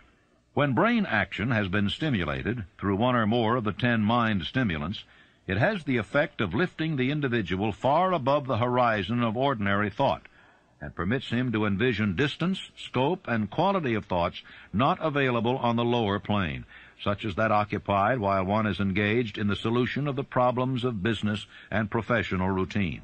The world is ruled and the destiny of civilization is established by the human emotions. People are influenced in their actions not by reason so much as by feelings. The creative faculty of the mind is set into action entirely by emotions, and not by cold reason. The most powerful of all human emotions is that of sex. There are other mind stimulants, some of which have been listed, but no one of them, nor all of them combined, can equal the driving power of sex. A mind stimulant is any influence which will either temporarily or permanently increase the intensity of thought. The 10 major stimulants described are those most commonly resorted to. Through these sources, one may commune with infinite intelligence, or enter at will the storehouse of the subconscious mind, either one's own or that of another person, a procedure which is all there is of genius. The emotion of sex is an irresistible force against which there can be no such opposition as an immovable body. When driven by this emotion, men become gifted with a superpower for action. Understand this truth, and you will catch the significance of the statement that sex transmutation contains the secret of creative ability. The transmutation of sex energy calls for the exercise of willpower, to be sure, but the reward is worth the effort. The desire for sexual expression is inborn and natural. The desire cannot and should not be submerged or eliminated, but it should be given an outlet through forms of expression which enrich the body, mind, and spirit of man. Sex alone is a mighty urge to action. But its forces are like a cyclone. They are often uncontrollable. When the emotion of love begins to mix itself with the emotion of sex, the result is calmness of purpose, poise, accuracy of judgment, and balance. Love is, without question, life's greatest experience. It brings one into communion with infinite intelligence. When mixed with the emotions of romance and sex, it may lead one far up the ladder of creative effort. The emotions of love, sex, and romance are sides of the eternal triangle of achievement-building genius. Love is an emotion with many sides, shades, and colors. But the most intense and burning of all kinds of love is that experienced in the blending of the emotions of love and sex. When the emotion of romance is added to those of love and sex, the obstructions between the finite mind of man and infinite intelligence are removed. Then a genius has been born.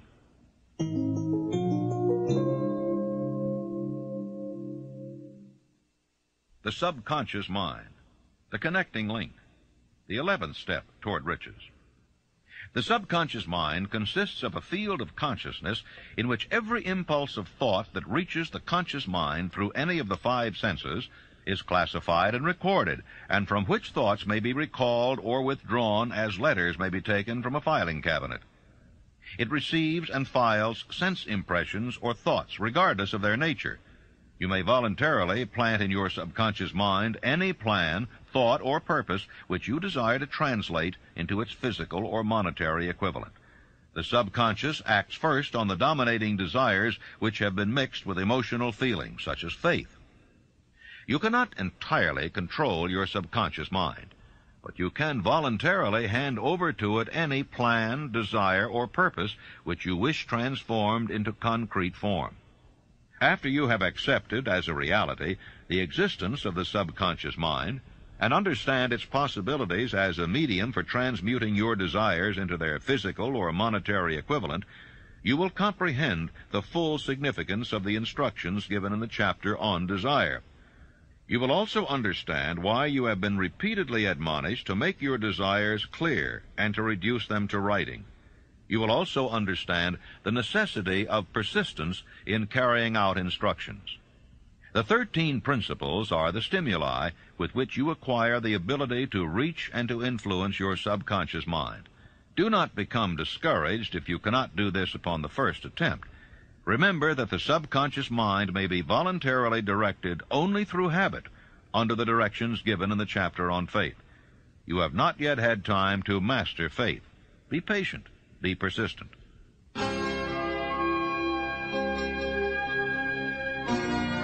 Please fast forward to the end and turn the tape over for proper cueing of side 4.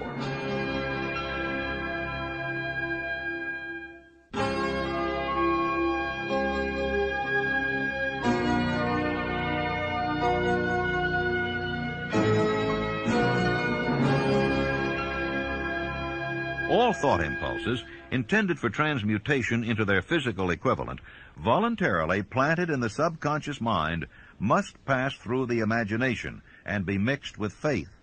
The mixing of faith with a plan or purpose intended for submission to the subconscious mind may be done only through the imagination.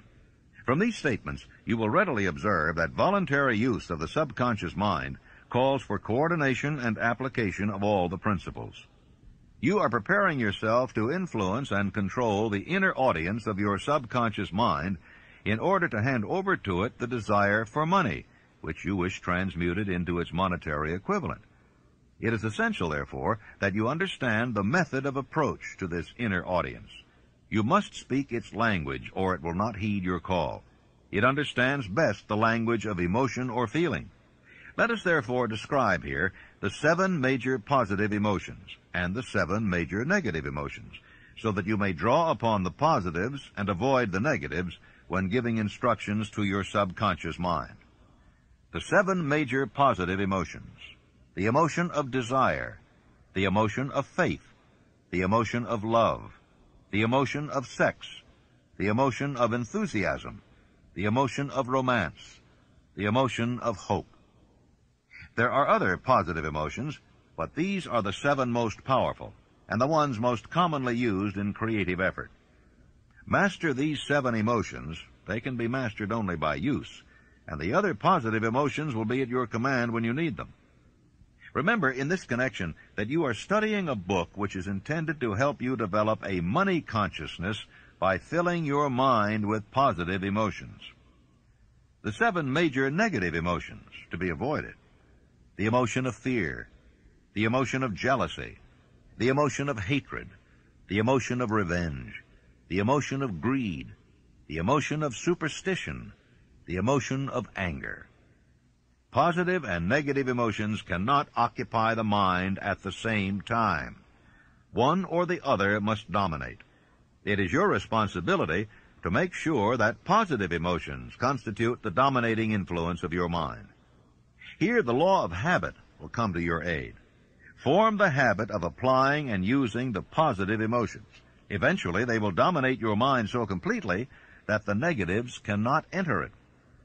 Only by following these instructions literally and continuously can you gain control over your subconscious mind. The presence of a single negative in your conscious mind is sufficient to destroy all chances of constructive aid from your subconscious mind.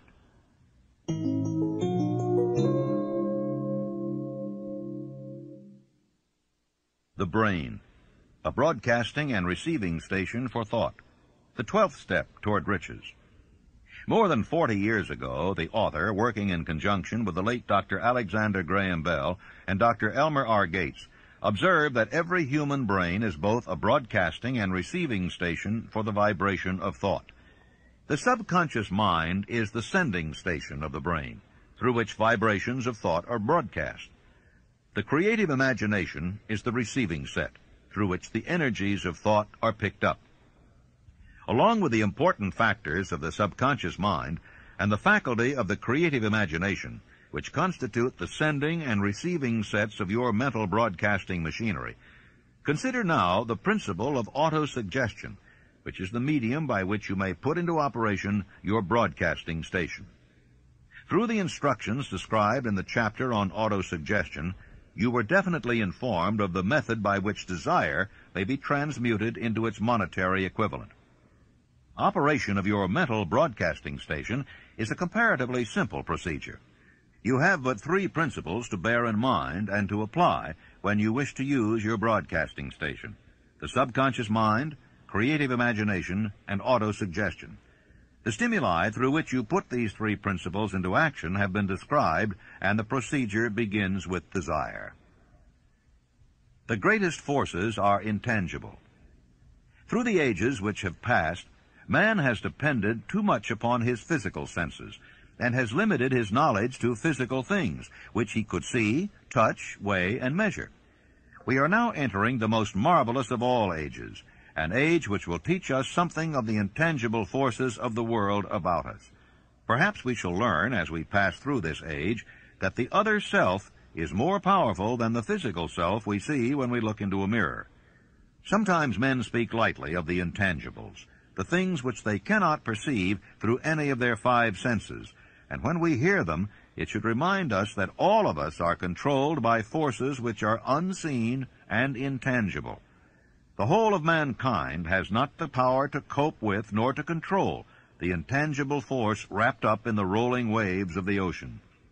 Man has not the capacity to understand the intangible force of gravity, which keeps this little earth suspended in space, and keeps man from falling from it, much less the power to control that force.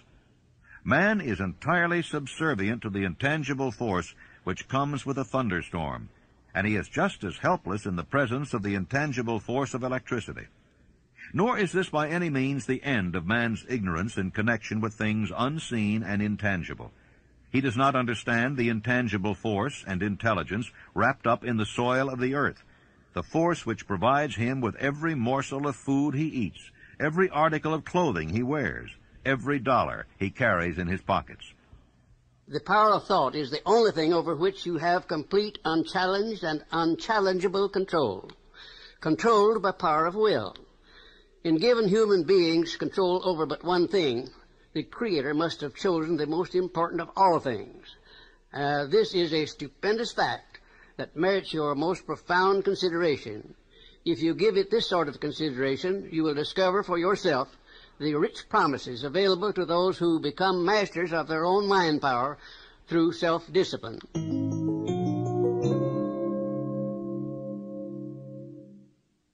The sixth sense, the door to the temple of wisdom, the 13th step toward riches. The 13th principle is known as the sixth sense, through which infinite intelligence may and will communicate voluntarily without any effort from or demands by the individual. This principle is the apex of the philosophy. It can be assimilated, understood, and applied only by first mastering the other 12 principles. The sixth sense is that portion of the subconscious mind which has been referred to as the creative imagination. It has also been referred to as the receiving set, through which ideas, plans, and thoughts flash into the mind. The flashes are sometimes called hunches or inspiration. The sixth sense defies description. It cannot be described to a person who has not mastered the other principles of this philosophy, because such a person has no knowledge and no experience with which the sixth sense may be compared. Miracles of the sixth sense. The author is not a believer in, nor the advocate of miracles, for the reason that he has enough knowledge of nature to understand that nature never deviates from her established laws. Some of her laws are so incomprehensible that they produce what appear to be miracles. The sixth sense comes as near to being a miracle as anything I have ever experienced. This much the author does know, that there is a power or a first cause or an intelligence which permeates every atom of matter and embraces every unit of energy perceptible to man, that this infinite intelligence converts acorns into oak trees, causes water to flow downhill in response to the law of gravity, follows night with day and winter with summer, each maintaining its proper place and relationship to the other. This intelligence may, through the principles of this philosophy, be induced to aid in transmuting desires into concrete or material form. The author has this knowledge because he has experimented with it and has experienced it. Step by step through the preceding chapters, you have been led to this, the last principle. If you have mastered each of the preceding principles, you are now prepared to accept, without being skeptical, the stupendous claims made here. If you have not mastered the other principles, you must do so before you may determine definitely whether or not the claims made in this chapter are fact or fiction. Long before I had ever written a line for publication or endeavored to deliver a speech in public, I followed the habit of reshaping my own character by trying to imitate the 9 men whose lives and works had been most impressive to me. These 9 men were Emerson, Paine, Edison, Darwin, Lincoln, Burbank, Napoleon, Ford, and Carnegie. Every night, over a long period of years, I held an imaginary council meeting with this group whom I called my invisible counselors. I had a very definite purpose in indulging my imagination through these nightly meetings. My purpose was to rebuild my own character so it would represent a composite of the characters of my imaginary counselors.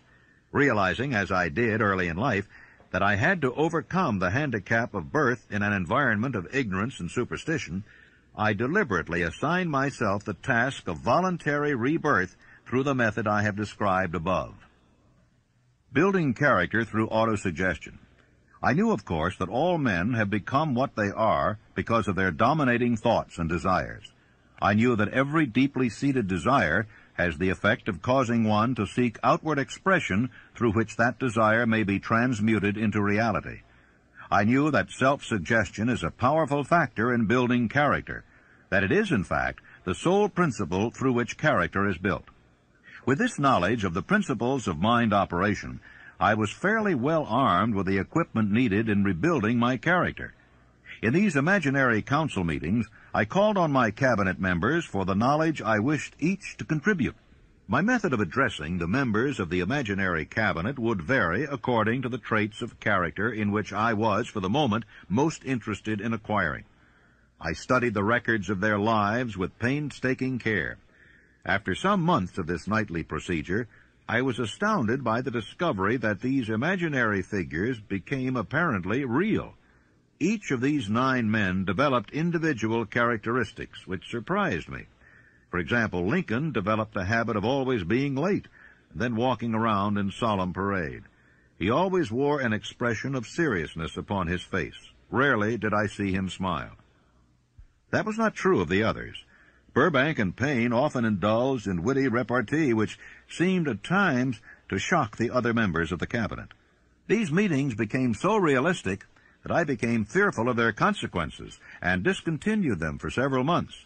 The experiences were so uncanny, I was afraid if I continued them, I would lose sight of the fact that the meetings were purely experiences of my imagination. This is the first time that I have had the courage to mention this. Heretofore, I have remained quiet on the subject, because I knew from my own attitude in connection with such matters that I would be misunderstood if I described my unusual experience. I have been emboldened now to reduce my experience to the printed page, because I am now less concerned about what they say than I was in the years that have passed. Lest I be misunderstood, I wish here to state most emphatically that I still regard my cabinet meetings as being purely imaginary, but I feel entitled to suggest that while the members of my cabinet may be purely fictional, and the meetings existent only in my own imagination, they have led me into glorious paths of adventure, rekindled an appreciation of true greatness, encouraged creative endeavor, and emboldened the expression of honest thought. Tapping the source of inspiration. Somewhere in the cell structure of the brain is located an organ which receives vibrations of thought ordinarily called hunches. So far, science has not discovered where this organ of the sixth sense is located, but this is not important. The fact remains that human beings do receive accurate knowledge through sources other than the physical senses. Such knowledge generally is received when the mind is under the influence of extraordinary stimulation. Any emergency which arouses the emotions and causes the heart to beat more rapidly than normal may, and generally does, bring the sixth sense into action. Anyone who has experienced a near accident while driving knows that on such occasions the sixth sense often comes to one's rescue and aids by split seconds in avoiding the accident. My original purpose in conducting council meetings with imaginary beings was solely that of impressing my own subconscious mind through the principle of autosuggestion with certain characteristics which I desired to acquire. In more recent years, my experimentation has taken on an entirely different trend. I now go to my imaginary counselors with every difficult problem which confronts me and my clients. The results are often astonishing, although I do not depend entirely on this form of counsel. The starting point of all achievement is desire. The finishing point is that brand of knowledge which leads to understanding, understanding of self, understanding of others, understanding of the laws of nature, recognition and understanding of happiness. This sort of understanding comes in its fullness only through familiarity with and use of the principle of the sixth sense. Before you can put any portion of this philosophy into successful use, your mind must be prepared to receive it. The preparation is not difficult. It begins with study, analysis, and understanding of three enemies which you shall have to clear out: indecision, doubt, and fear. The sixth sense will never function while these three negatives, or any one of them, remain in your mind. The members of this unholy trio are closely related. Where one is found, the other two are close at hand. The 6 basic fears. There are 6 basic fears, with some combination of which every human suffers at one time or another. Most people are fortunate if they do not suffer from the entire 6. Named in the order of their most common appearance, they are the fear of poverty, the fear of criticism, the fear of ill health. That's at the bottom of most of one's worries. The fear of loss of love of someone, the fear of old age, the fear of death. All other fears are of minor importance. They can be grouped under these 6 headings. Fears are nothing more than states of mind. One state of mind is subject to control and direction. Man can create nothing which he does not first conceive in the form of an impulse of thought. Following this statement comes another of still greater importance, namely, man's thought impulses begin immediately to translate themselves into their physical equivalent, whether those thoughts are voluntary or involuntary. Thought impulses which are picked up by mere chance, thoughts which have been released by other minds, may determine one's financial, business, professional, or social destiny just as surely as do the thought impulses which one creates by intent and design. We are here laying the foundation for the presentation of a fact of great importance to the person who does not understand why some people appear to be lucky, while others of equal or greater ability, training, experience, and brain capacity seem destined to ride with misfortune. This fact may be explained by the statement that every human being has the ability to completely control his own mind, and with this control, obviously, every person may open his mind to the tramped thought impulses which are being released by other brains, or close the doors tightly and admit only thought impulses of his own choice. Nature has endowed man with absolute control over but one thing, and that is thought. This fact, coupled with the additional fact that everything which man creates begins in the form of the thought, leads one very near to the principle by which fear may be mastered.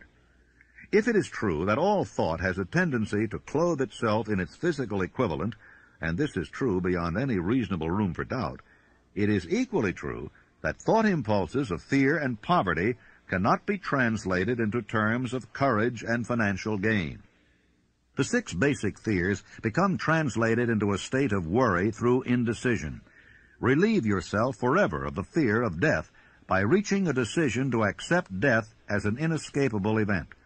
Whip the fear of poverty by reaching a decision to get along with whatever wealth you can accumulate without worry.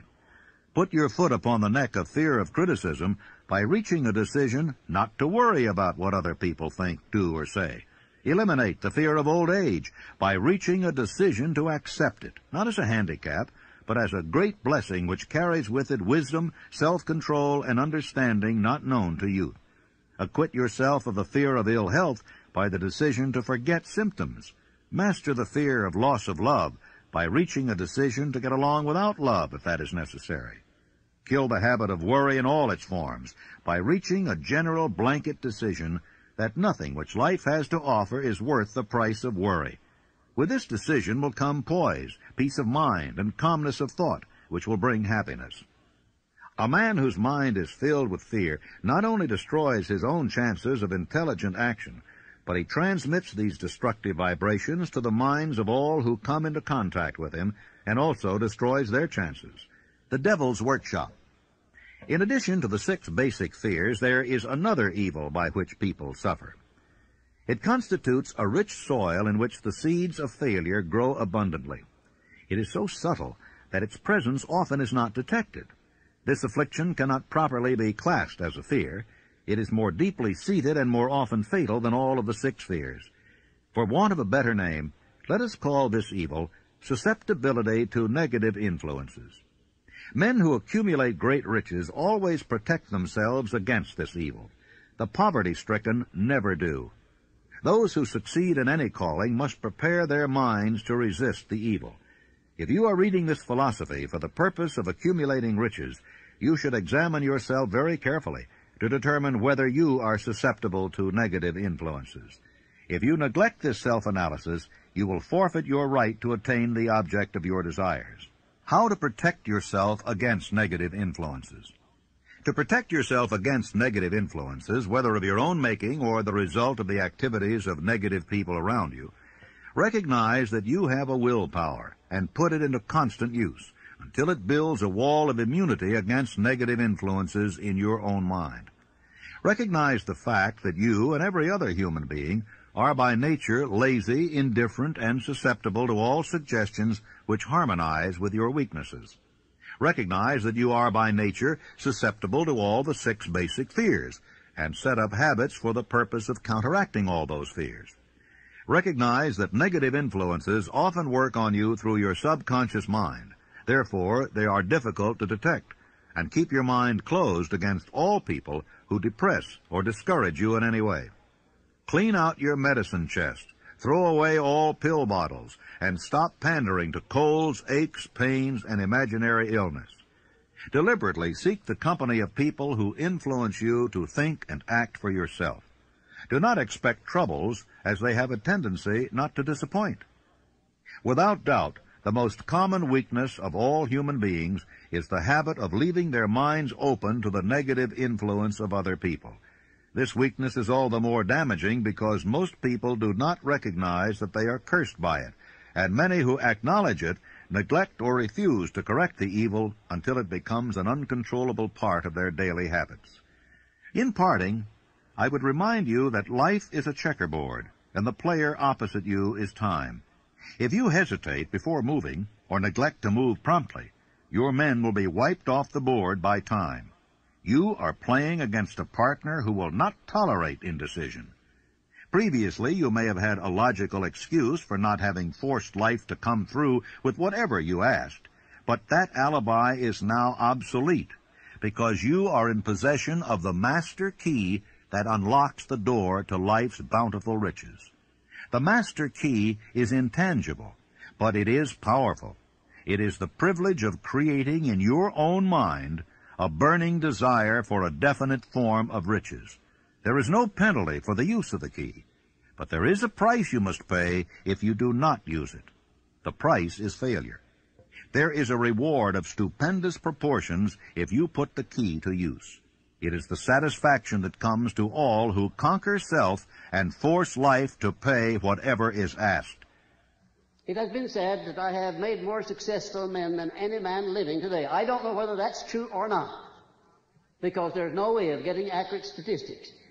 But ladies and gentlemen, when I take inventory of the people that I do know who started at scratch and have become millionaires, and some of them not quite that much money, but become profoundly successful, I recognize that I have created a philosophy here through the good work of Mr. Carnegie that's been a benefactor to the world, not only to those who are living now, but to those who are not yet born.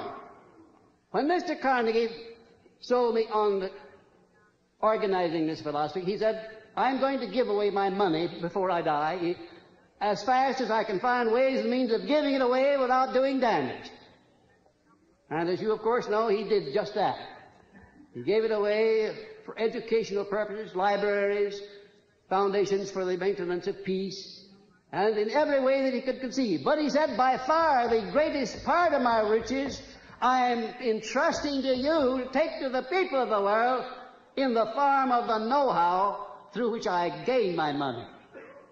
And he said, if you carry through the trust and perfect your job, as I sincerely believe you will, you'll live to see the time when you're far and away richer than I am, and when you will have made many more successful men than I have ever made. And ladies and gentlemen, when Mr. Carnegie made that statement, it was just too much for me to swallow. I thought, well, Mr. Carnegie has never flattered me before. He's never said anything that didn't turn out to be right, but that's just one of those things that never could happen. I have already made thousands of times more successful men than Mr. Carnegie ever had. Thousands of times, and I'm still in the process of making. You know, ladies and gentlemen, during those 20 years of research that I put into the building of this philosophy, I ran into some very profound facts and truths. And one of them consists in this fact, that when a great crisis comes over the world, there always comes out some unknown with the formula for dissolving that crisis.